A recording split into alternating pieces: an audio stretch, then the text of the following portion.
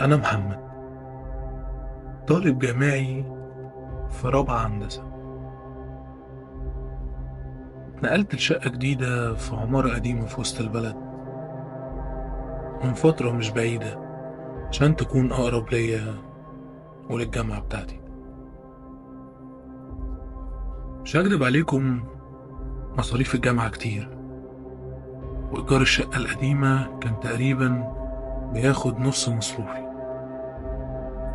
لقيت الشقة دي وكانت رخيصة بشكل غريب شوية، بس ما كانش هاممني الصراحة. وبالمناسبة أنا مش بصدق في الجن أو العفاريت والحاجات دي، فبالتالي ما قلقتش من سعر الشقة الغريب. أول يوم ليا في الشقة سمعت صوت خبط على الحيطة بتاعت الأوضة اللي أنا فيها. الخبط كان منتظم بشكل غريب، كل ليلة وفي نفس الوقت بالظبط الساعة 3 الفجر. سألت البواب عن الجيران، يمكن أحاول أوصل لهم وأفهمهم إن الموضوع مزعج بالنسبة لي. بس الغريب لما قال لي إن مفيش حد ساكن جنبي،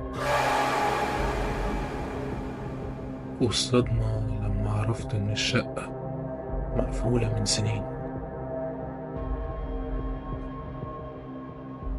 بعد أسبوع الأصوات بدأت تزيد،